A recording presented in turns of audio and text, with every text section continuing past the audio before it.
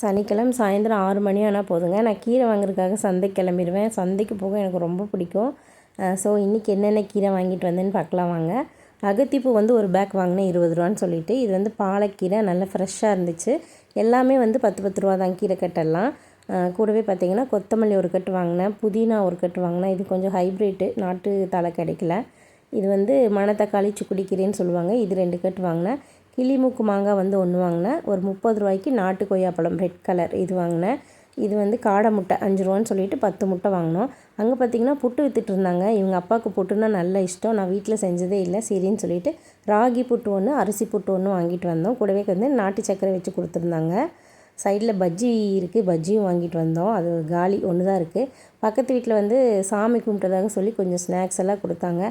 அதை வச்சு அன்றைக்கி நைட்டு 4 பேரும் ஃபுல்லாக சாப்பிட்டுட்டு சூப்பராக ஒரு படம் பார்த்துட்டு அப்படியே நேரமே தூங்க போயாச்சுங்க. இனி அடுத்த வீடியோவில் பார்க்கலாம்.